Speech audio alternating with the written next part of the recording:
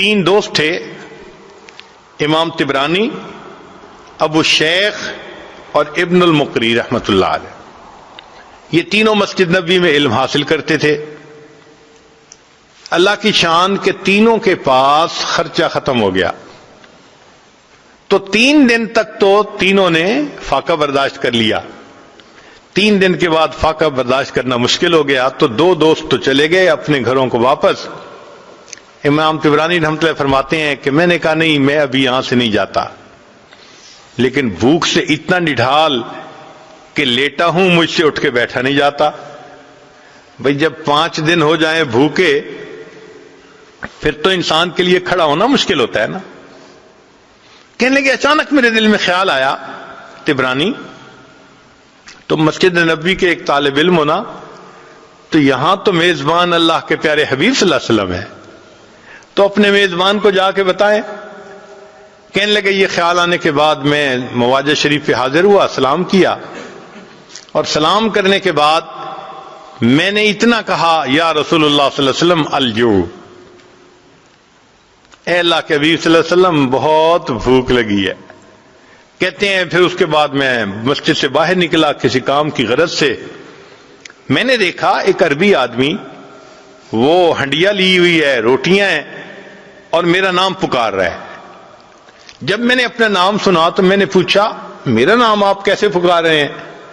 وہ کہنے لگا میں مسجد نبوی کا پڑوسی ہوں، ایک دیوار ہے مسجد نبوی کے ساتھ، میں دوپہر کو قیلولہ کرنے کے لیے لیٹا ہوا تھا، خواب میں نبی علیہ الصلوۃ والسلام کا دیدار نصیب ہوا، فرمایا کہ تم مسجد کے پڑوسی ہو اور مسجد میں میرا ایک مہمان بھوکا ہے، اسے کھانا کھلاؤ۔ میری آنکھ کھلی، میں نے دیکھا کہ میری بیوی نے ابھی چولہے سے ہنڈیا اتاری تھی، روٹیاں گرم تھیں۔ میں نے کہا کہ اپنے لیے اور کھانا بنا لو، میں یہ محبوب صلی اللہ علیہ وسلم کے مہمان کو کھانا کھلانے کے لیے جا رہا ہوں، میں اس وقت سے دروازے پر آ کر تمہارا نام پکار رہا ہوں۔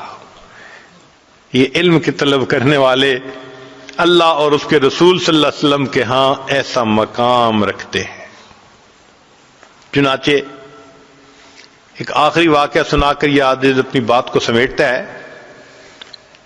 ایک محدث گزرے ہیں، امام بقی الدین ابن مخلد رحمۃ اللہ علیہ، ان کا تذکرہ امام ذہبی رحمۃ اللہ علیہ نے سیر اعلام النبلاء اس میں کیا ہے۔ یہ اسپین کے رہنے والے تھے اور ان کی عمر 20 سال تھی۔ اب ذرا غور کیجئے کہ 20 سال کا نوجوان، اس میں تو دنیا کی تمنائیں، خواہشات، شہوتیں اتنی ہوتی ہیں کہ علم کی طلب اس کے اندر بہت کم ہوتی ہے، اور یہ علم کی طلب کے اندر ایسے ڈوبے ہوئے تھے کہ ہر قربانی کے لیے تیار۔ کہتے ہیں میں نے ایک بڑی کشتی کے اوپر سواری کر لی، اور مجھے بہت سارا وقت حصہ جو ہے سفر کا وہ سمندر کے ذریعے طے کرنا تھا۔ اللہ کی شان، ہماری کشتی وہ طوفان میں گر گئی، ہائی ٹائیڈ کے اندر گر گئی، اور جب ہائی ٹائیڈ کے اندر کشتی گر جائے تو ایسے لگتا ہے کہ ابھی الٹ جائے گی۔ ہم لوگوں کو بیماری ہو گئی، جو پیٹ میں تھا وہ سب ہم نے کہہ کر دی، طبیعت خراب، کچھ کھانے کو دل نہیں چاہتا، پھر ہمارے پاس پینے کو پانی بھی نہ رہا تو ہم سمندر کا نمکین پانی پیتے تھے۔ پھر ایک وقت آیا کھانے کو بھی کچھ نہ رہا، ہمیں 1.5-2 مہینے وہاں طوفان نے گھیرے رکھا، ہم سفر نہیں کر سکے۔ اب کپڑے بھی میلے، نان نفقہ بھی ختم، اور سمندر کے اندر ہم اپنی موت کے انتظار میں۔ مگر اللہ کی شان کہ اللہ رب العزت نے حفاظت کرنی تھی، طوفان ختم ہوا اور ہمارا سفر شروع ہوا، اور ایک وقت آیا کہ ہماری کشتی کنارے لگی۔ میں نیچے اترا، اپنی گٹھڑی میں نے اپنے کندھے پر اٹھائی، سر پہ اٹھائی، اور میں نے سفر شروع کیا، اس لیے کہ مجھے کئی 100 میل کا سفر پیدل کرنا تھا۔ جانا کہاں تھا؟ بغداد جانا تھا، امام احمد بن حنبل رحمۃ اللہ علیہ سے حدیث پڑھنے کے لیے۔ یہ ان کے دل کی تمنا تھی۔ کہتے ہیں کہ میں دن رات پیدل چلتا رہا، سفر کرتا رہا، حتیٰ کہ جب میں نے بغداد شہر کو دیکھا نا آنکھوں کے سامنے تو میرے جسم نے جواب دے دیا، اتنی تھکن تھی، میں ایک درخت کے نیچے گٹھڑی کو رکھ کر لیٹ گیا اور بہت گہری نیند سو گیا۔ جب سو کے اٹھا تو میں نے کہا کہ چلو میں شہر جاتا ہوں، تو میں نے راستے میں ایک بندے کو آتے ہوئے دیکھا۔ میں نے اس بندے کو سلام کر کے پوچھا کہ سناؤ امام احمد بن حنبل کا کیا حال ہے؟ اس نے کہا کیوں پوچھ رہے ہو؟ میں نے کہا میں اتنا دور سے سفر کر کے ان سے علم حاصل کرنے کے لیے آیا ہوں۔ اس بندے نے ٹھنڈی سانس لی، اے نوجوان تمہاری یہ خواہش پوری نہیں ہو سکے گی۔ کیوں؟ اس نے کہا کہ حاکم وقت امام احمد بن حنبل سے کسی وجہ سے ناراض ہو گیا ہے، اس نے ان کو گھر میں نظر بند کر دیا ہے، نہ کوئی بندہ ان سے مل سکتا ہے نہ وہ کسی بندے سے مل سکتے ہیں، تم تو علم حاصل نہیں کر سکو گے۔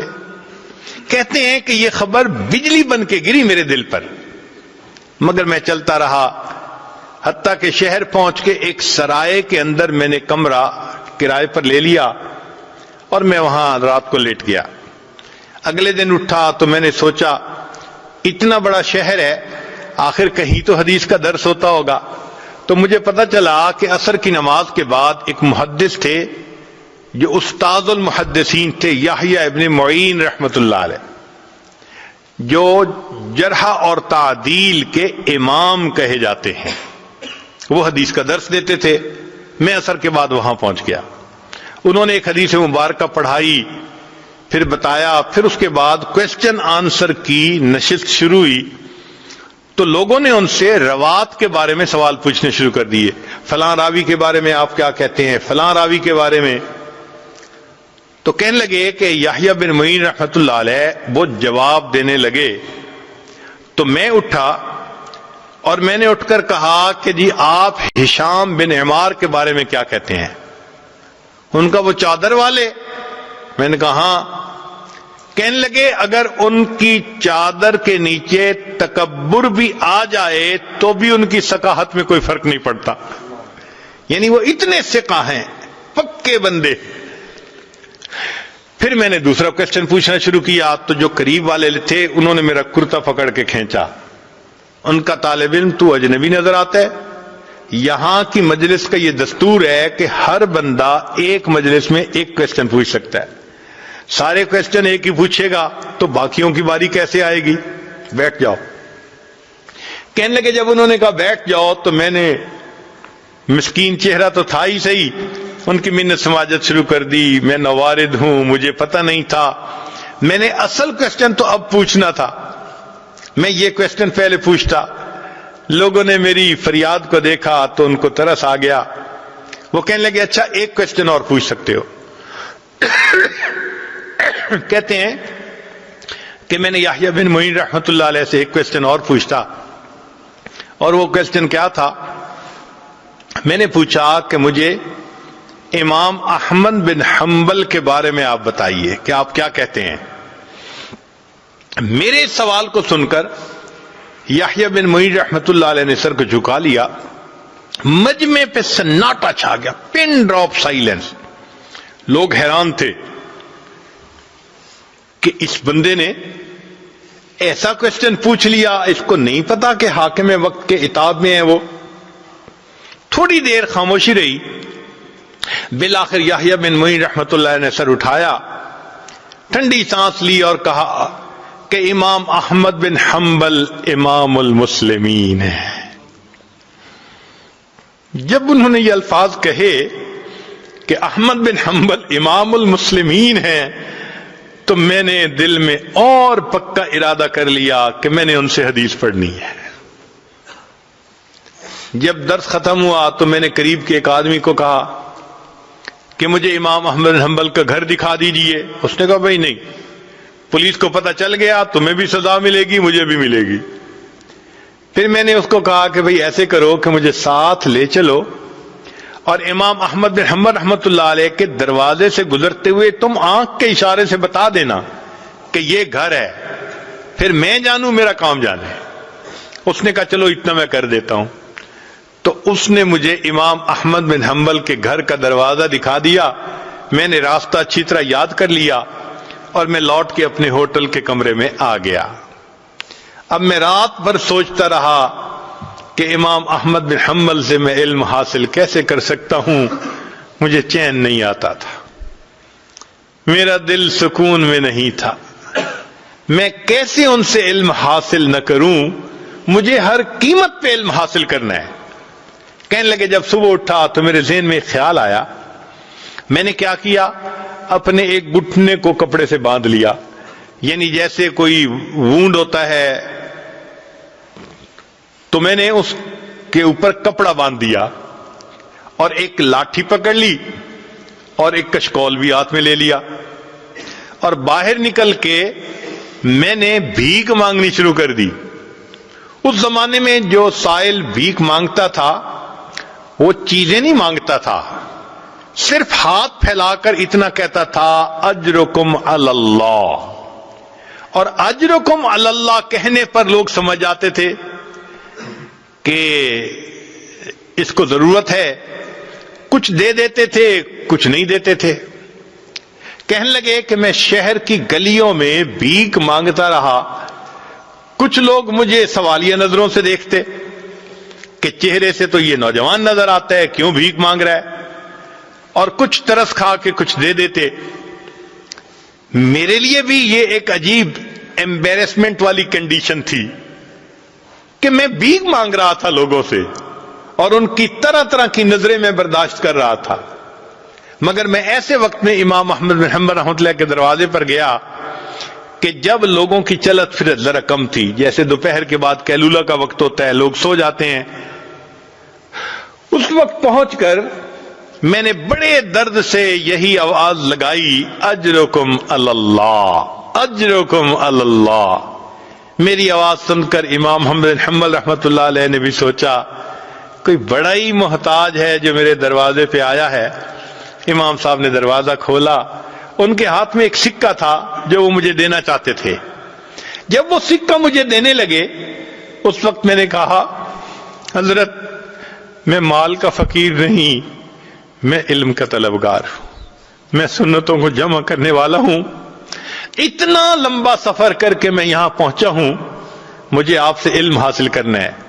امام صاحب نے کہا میں پڑھا نہیں سکتا، تم میرے گھر آ نہیں سکتے. میں نے کہا حضرت میں سارا دن بھیک مانگتا رہوں گا کہ لوگ مجھے بھکاری سمجھیں، مگر اس وقت میں آپ کے دروازے پر آ کر صدا لگاؤں گا، آپ یہی سکہ لے کر دروازہ کھول دینا. اگر کوئی بندہ موجود ہو تو سکہ دے کے چلے جانا، اور اگر بندہ موجود نہ ہو تو کچھ احادیث مجھے سنا دینا. امام صاحب اس پہ تیار ہو گئے. کہتے ہیں پورا سال میں بغداد میں بھیک مانگتا تھا اور پھر ایک وقت میں استاد کے پاس پہنچ کے وہ کبھی چند حدیثیں سنا دیتے اور میں ان کو سنتے ہی یاد کر لیتا تھا. اس طرح میں نے ایک سال امام احمد بن حنبل رحمۃ اللہ علیہ سے علم حاصل کیا. اللہ کی شان کے ایک سال کے بعد جو وقت کا حاکم تھا وہ فوت ہو گیا. جو نیا حاکم بنا اس کو امام احمد بن حنبل رحمۃ اللہ علیہ سے عقیدت تھی. اس نے نظر بندی بھی ختم کر دی اور مسجد میں دوبارہ درس بھی شروع کروا دیا. جب پہلا دن امام صاحب نے درس دینا تھا تو جامع مسجد لوگوں سے کھچا کھچ بھری ہوئی تھی. میں بھی وہاں پہنچا مگر آگے جانے کی جگہ نہیں ملتی تھی. بڑی محنت کوشش کے بعد میں ذرا آگے گیا. امام صاحب نے دور سے مجھے دیکھا تو امام صاحب نے فرمایا لوگو ذرا راستہ دے دو، علم کا صحیح طلبگار تو یہ نوجوان ہے. علم کی تاریخ میں ایسے بھی حضرات گزرے کہ جو بھیک مانگنے کے بہانے اپنے استاد سے علم پاتے تھے.